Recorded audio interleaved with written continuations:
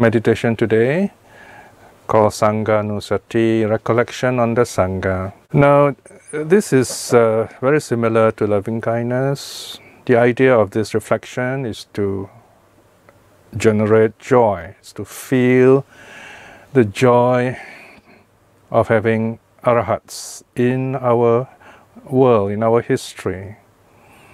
There are many thousands of arahats in the Buddha's time. There are 80 major ones.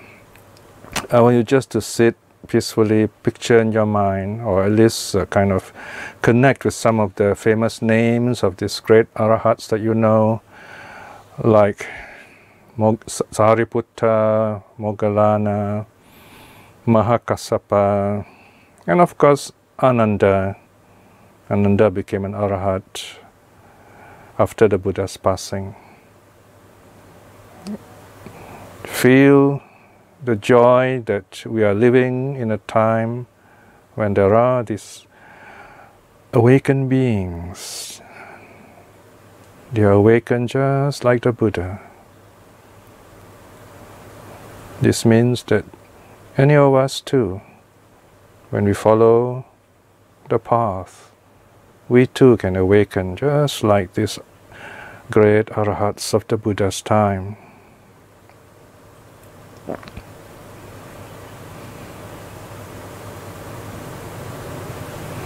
And feel the peace, feel the joy of just recollecting, thinking of these great disciples of the Buddha, the Savakas.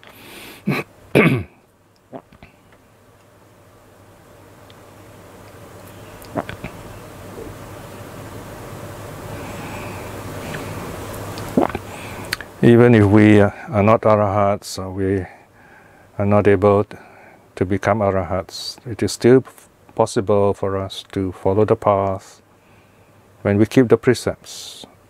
In the moment of peace, we are walking the path at that moment.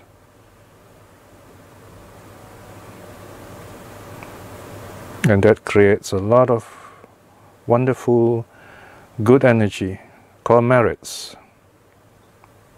Kusala kamma, wholesome merits, wholesome deeds, which not only bring us happiness, more than that, it gives us the strength and courage to walk the path of awakening.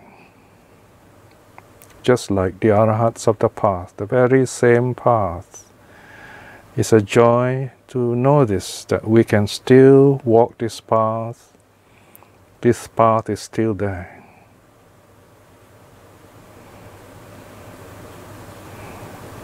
Feel the peace, feel the joy of this reflection, these thoughts of the great saints of the path.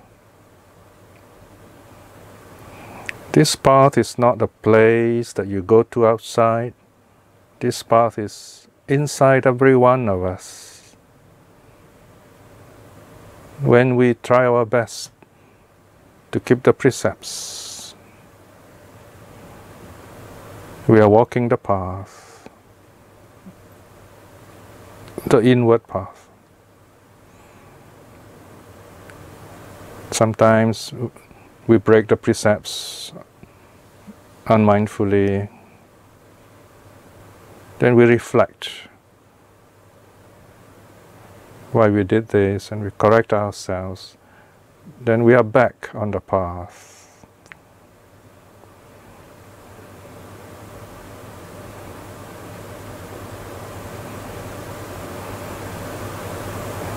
Remember the examples of these great arahats, Sariputta, Moggallana, Mahakassapa, Anuruddha, Ananda, and so many others.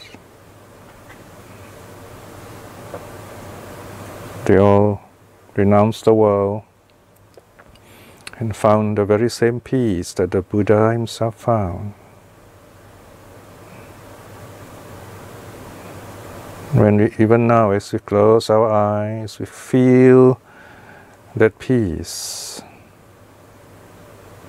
We are approaching that same peace that the Buddha himself has discovered and has taught us. When we follow his teachings, we will feel the same peace. Just smile at it, smile at this wonderful moment when we connect with this wonderful teacher whose teaching is still with us through our practice.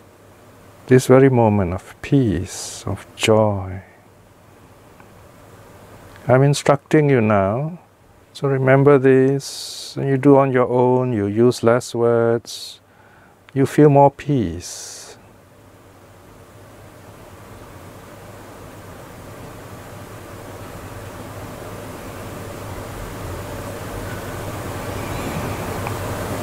When you have time, read up the wonderful stories of these great disciples and reflect on them, on those parts that you like, and then go into this meditation. Feel the joy, feel the peace. When the joy and peace arise, just smile at it. Just let it be. Don't think of anything at that time. Then when the thoughts come again, then recollect these great arahats, their stories, their actions, their teachings, and how they're all Buddha-like. So remember this Saṅghânussati, recollection on the Noble Sangha.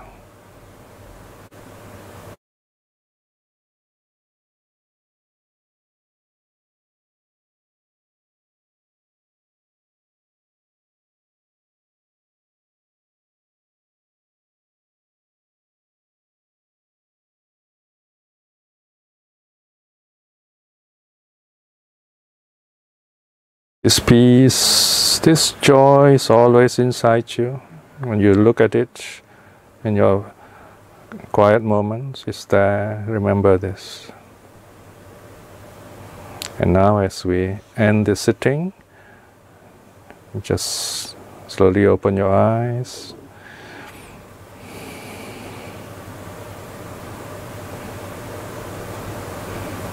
Okay, now I'm going to, today's a very relaxed class. I'm going to talk a bit about the Sangha.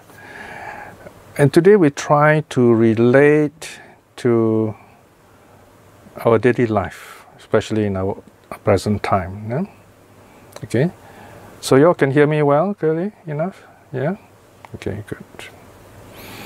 So I would advise you to have whenever you come for these classes, next week's classes, have a piece of paper or a notebook. It would be good to have a notebook where you note down all these questions and then note down the answers.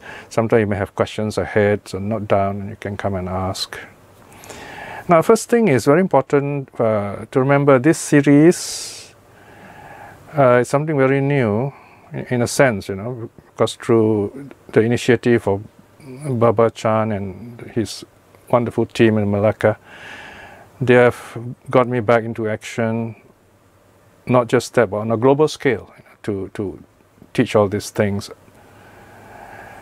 I've learned the Dhamma for about 50 years now, how time flies, and it's really wonderful to know all these things.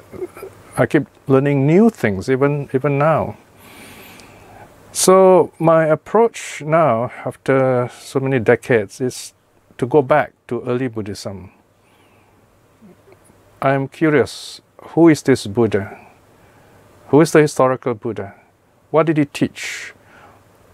What does he want us to do? How do we become truly his disciple? How do we awaken? We want to be truly good Buddhists. That's the purpose of this series. So please remember, this series is about early Buddhism and the historical Buddha. So we're not going to discuss other forms of Buddhism, Mahayana, Zen, whatever. We also would not touch on ethnic Buddhism. Ethnic Buddhism, Buddhism has got a race in front. Thai Buddhism, Japanese Buddhism, Chinese Buddhism and so on. Although sometimes you may ask questions connected back to early Buddhism, yeah, that's fine. What I'm saying is we're not going to argue, we're not going to go into philosophy. We're trying to talk about something we can practice here. And I try to talk to you from my own experience also. That's one reason why I'm keen to teach, because once you come to this level in your life, you don't have much more time left. But I have at the most, if all things go well, 10 years, 20 years. So we want to say things which really matter, okay? So we're going to talk about the Sangha. Let's take a very simple definition of Sangha. The Sangha refers to the monks in the Buddha's time who renounced the world. Of course, Sangha, the word was already there in the Buddha's time. Sangha, interestingly, simply means herd, H-E-R-D, a herd of cattle, a herd of cows, a herd of buffaloes. Of course, we today, we smile, we say, oh, that sounds a bit strange, a bit funny. No? But in the Buddha's time, cattle was a symbol of wealth. Today, we'll talk about condos and bank accounts, cars, and so on. The Buddha's time, cattle, cows, is a measure of wealth. So if you have a Sangha of cows, well, you're very rich, okay? So it simply means herd, a kind of gathering. The Buddha used this because it is a very respectable term. So he called a group of monks who followed him the Sangha. All right? And of course, they have other meanings. For example, the cows, you have what's called a bellwether, the bull, the lordly bull. He looks very grand and is the leader, and all the other cows and other members of the herd follow this bellwether. He's also called bellwether because he has a bell in front of him. Okay, so the Buddha is like this bull, lordly bull. So he's called this lordly bull Asaba. There are many words for this kind of this bull. So okay, how did the Sangha start? All right. The Buddha awakened, right, when he was around 27, 28, and then he teaches to the 5 monks. Okay, these 5 monks were ready because they were following him, listening to him, so they were ready to listen to what he has to teach. All right. Then after that, there were many other monks came. Okay, so in the end, he taught 60 monks altogether. Okay, there was a group of 60, a Sangha of 60 monks. Then he did something momentous.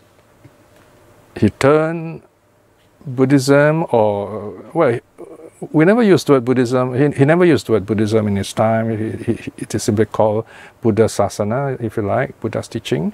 In our time we say Buddhism, and you know what is meant by that. So he did something very special. He sent out the 60 monks in 60 different directions. This is recorded in the Vinaya, Volume 1, page 21. He told the monks, go forth, O monks, in the different directions. Let not 2 of you go in the same way. This is amazing. He says, let not 2 of you go in the same way. In other words, go in different directions, 60 directions, so to speak, and declare the Dhamma, okay, and so on. We're talking about 60 great arahats here.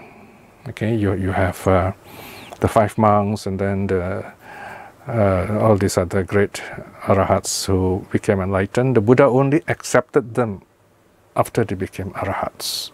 There was no big rituals like today. I will tell you the difference. Like today, you become a monk, you go and see, you go to a temple, you speak to some senior monk, and he will ordain you. He's called a preceptor, upajjhaya. So this is the modern kind of, this is what's called the Buddha sanctioned this kind of Sangha act, like a parliamentary act. It's a legal act, so to speak, okay, in Buddhism. So in the case of the early arahats, the disciples of these candidates, they listened to the Dhamma and they became enlightened.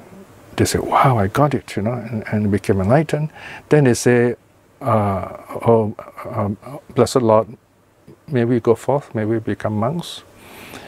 Then the Buddha, of course, know that they're ready, and the Buddha stretched his hand in this way with the palm receiving. This is kind of receiving, receiving gesture. Can you see my hand? Okay. So, and he calls the monk, come, O bhikkhu, ehi bhikkhu. Ehi bhikkhu is singular. Aṭṭha Bhikkhave is plural, come, O monks.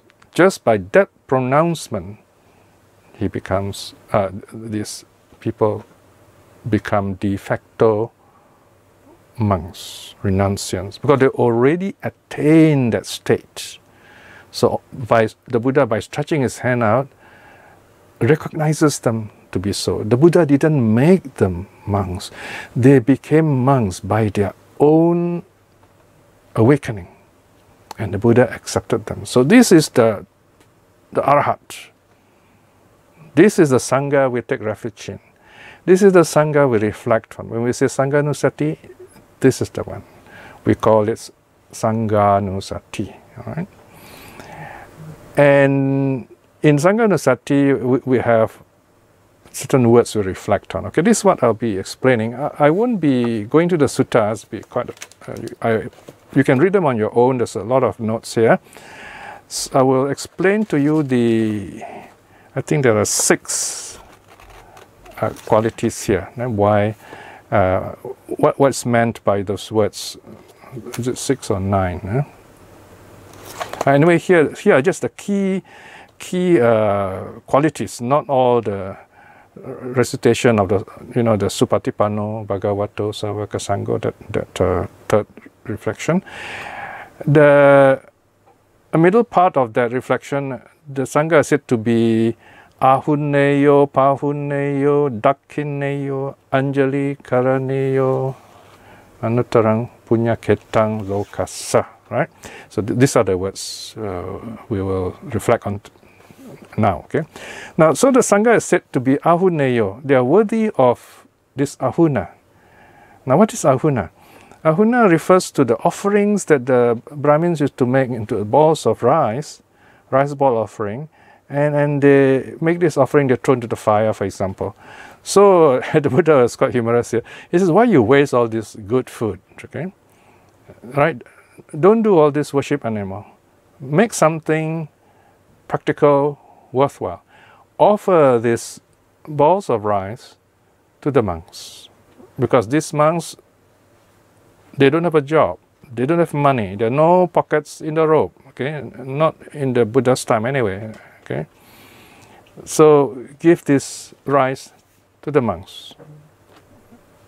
They need it, and it's worthwhile to give to them. So this is the ahuna, those round balls which are used by the Brahmins as religious offerings. So the Buddha said, make it into a practical use.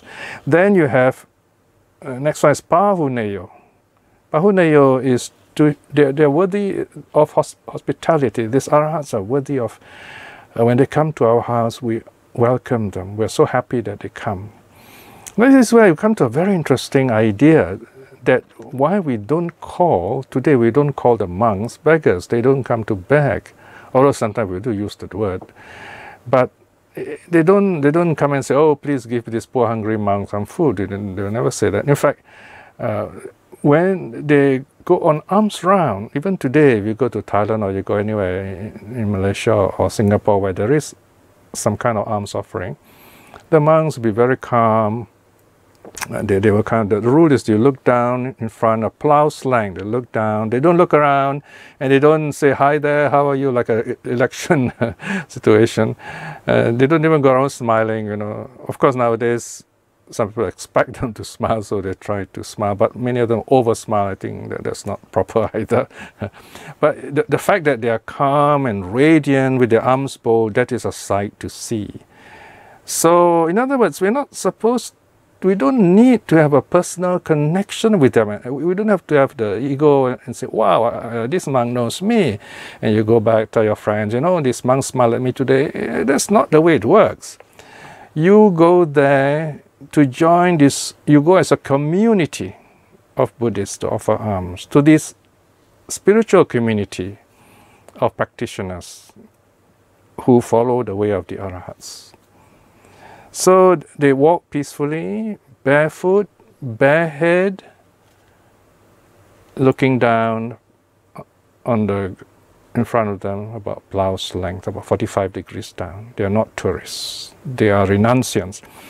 And then, of course, occasionally they will just like carefully glance up to see who wants to offer alms. So then they'll go up to you, and then you put the food in, okay? And then they go like that, very systematic. That's the way they will do it, okay? So, in Thailand, early in the morning, before the traffic starts, so around say 6, 5, 6, even 4 o'clock sometimes, there'll be people waiting along the streets, usually corners, crossroads, because that's the easiest to for the monks to see them. They will stand quietly in the corner with a tray of food. Then the monks know, okay, these are people who are going to offer food. And then the monks will approach. So the monks will stand very calmly in front of this layperson or group of lay people. Then he will hold his bowl. Of course, he's always holding his bowl. They open the cover. He will look into the bowl, right? He will not look anywhere else. He look into the bowl, and then the layperson will put in some food. And so he can sense, okay, the layperson has stopped. Or if the bowl is full, he will cover the bowl, whichever comes first. Then the lay donor will put his or her palms together. That means the offering is done. So this monk will walk away. Nothing is spoken at that time. Whatever thanksgiving is given will be recited after the meal. There will be a communal chanting. So all this, those who have given will be like, the thoughts are sent to them, the merits dedicated to them. And those who give the dana know that by the very act that they have given, that is the good act. It's not the monk transferring anything to them. There's no such idea. It's the act that giving, the layperson himself generate this good karma. So both sides are happy in that way. So it's a kind of contract, social contract if you like, that's one way of looking at it. You have the monks, they lead this renounced life, they don't cook, they don't have money, then they don't store food, they don't even buy food. So they're totally, in a sense, they're helpless, and they're not supposed to be doing all those things because they're supposed to be meditating, studying, and so on. And lay people support them insofar as they keep to the Dhamma and the Vinaya. Okay, so there is this beautiful relationship, if you like.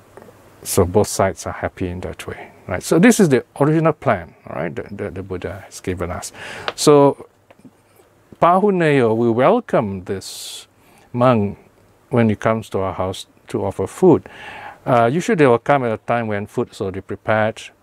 And that's one reason why in those in traditional Buddhist countries, they have, they prepare food early. So they'll take some food already prepared from their table and they will offer a bit from there. The interesting thing is, sometimes, you find these lay people are eating and then the monk comes along, all right? So he will take the clean part of his food from his own plate and he will offer it to the monks too. And to him, this is a really wonderful occasion to do something good. So you have that kind of wonderful situation of giving to the Sangha, of welcoming this true renunciation. So we can already see here the spirit of renunciation, how important it is for the monks of today who are not Arahats to maintain this kind of spirit. All right? So if you see this monk is a well-to-do, rich PhD monk, is a lecturer, he's paid money and so on, and he goes on his arms around. It kind of doesn't fit the picture. It doesn't fit the picture anymore. Something seriously is wrong. right? So we're talking about renunciation here. So pahuneyo. You notice we can talk so much about just one word, but let's just stop there for the moment. Then next 1.0.1.5, 1015, yeah? On page 184, gifts, okay? Dakineyo. The Sangha is also said to be dakineyo. So dakina, and then we have neyo. Neyo means worthy of, okay? Of dakina. Now dakina means right side, okay? Dakina also means what is given. This is very interesting because in ancient India, and also in traditional circles, even back in our community, we give it the right hand. The right hand is the right hand. It is the proper hand when we give something to someone, right? So this is a local, kind of universal custom among us in Malaysia, in Singapore. So dakina here refers to the dana, like an honorarium, if you like, that is offered to the teacher. So here, teacher is a broad term. It can be a layperson, can be usually it's a layperson who's given money, because they're lay people, right? So they're given money, they're given gold, whatever, that is given those days. Other things, whatever is givable to the lay teacher. Of course, to the monks, you'll be giving food, right? So here the Buddha is saying, yes, you can give this dakina to the worthy monks. So of course it will be by way of food, by way of what are called allowables, which can be given to the monks, right? So dakina is a support we give to teachers, lay teachers as well as monastic teachers. Because nowadays you can see we have more and more lay teachers who are very good teachers in the suttas of the Dhamma, even meditation. Of course, many of them they're working, they're well-to-do, they have good jobs, and then they retire. They are working on their savings. But like Ratna and myself, we're working full-time. We are unsalaried. We have no savings of that nature. We are totally supported by you all, by the faith of the devotees. Okay, and everything we do here, all these wonderful books you see behind me, the Tipitaka, are there because of your faith, your devotion, your love for the Dhamma. And I am celebrating that faith, that joy that you have. The idea of me doing this kind of approach is that in the future there'll be more lay people who become full-time lay Buddhist workers, whether singly or as married couples, with or without families. And we need to support them because otherwise they have to work. And if you work outside, then you are, you have to follow instructions of your boss and so on. You don't have your own time. Like for me, we are full-timers here, so all our time are dedicated to the study of the Dhamma and to teaching and translating suttas and so on. So this is an ideal way of life to teach Dhamma, right? Right, so that is a dakina, all right? Now we come to 1016. Salutation with lotus palms, right? So this is the way it is done. Palms together. Yes, this is called Anjali. Anjali is lotus palms put together, a sign of peace. When your palms are together like this, it looks like a lotus. And as you know, the lotus is the most symbolic flower in the world, you can say. The lotus grows in mud, the stem goes through dark muddy waters, and then the blossom opens up in the bright sun. Beautiful, right? So our roots are in the mud of greed, hate, delusion.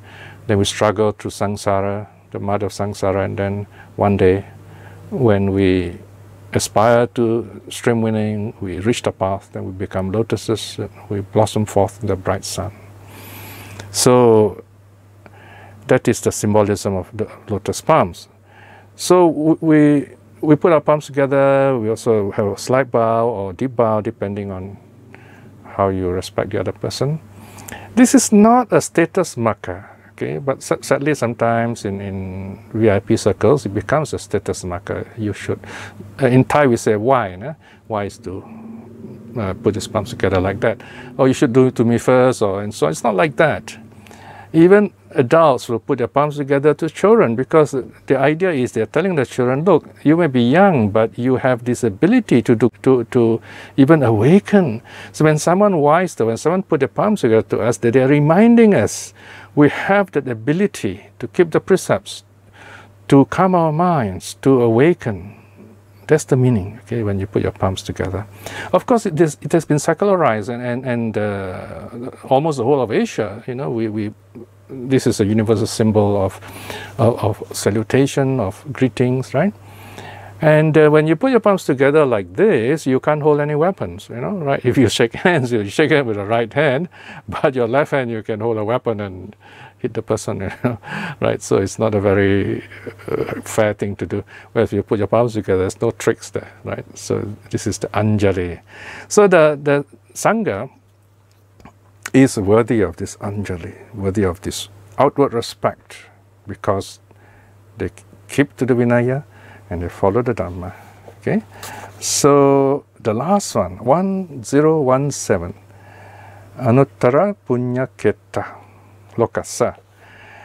Now these arahats, because they are awakened just like the Buddha, it's such a great merit if you can meet them and, you know, take care of them.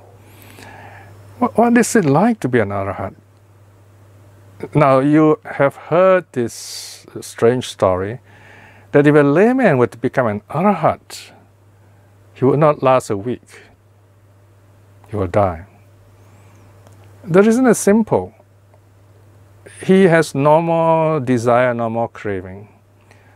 He's not going to work to make money. He's not going to go around and say, oh, I'm hungry, give me food. He's not going to say that. He's so happy, he just sits there and meditates.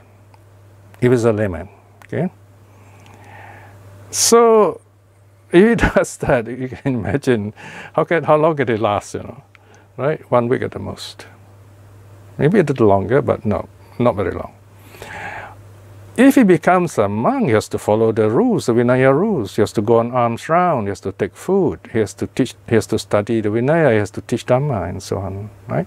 So the Vinaya protects the monks, protects the arahats, supports the arahats. So because there's so many of them, they become a field of merit. Punya keta. Keta means field. Here again you see this agricultural imagery. You plant, you are planting good, something good. You are planting the seeds of merit, and the seeds will grow and you will prosper accordingly. So we make offerings to the arahats, to the Sangha, in that spirit, okay? And because of their virtue, that giving we make to them is of great merit, because they are such wonderful people. You help them live longer, you help them do good work, so in that way you're also part of this wonderful, happy community. And you also give with loving kindness, so it's a wonderful, happy moment. It is meritorious on both sides, okay? So in that sense, it is the Punya Keta, Lokasa, the world's field of merit, where people can create very good karma. So here again, we can see the Sangha as exemplary people who follow the Vinaya and who keep to the Dhamma. Okay, so this is a bit of what I want to say. And I think I've taken about just nice 40 minutes. So I will stop here for a while and then see anyone wants to ask anything or discuss something. All right.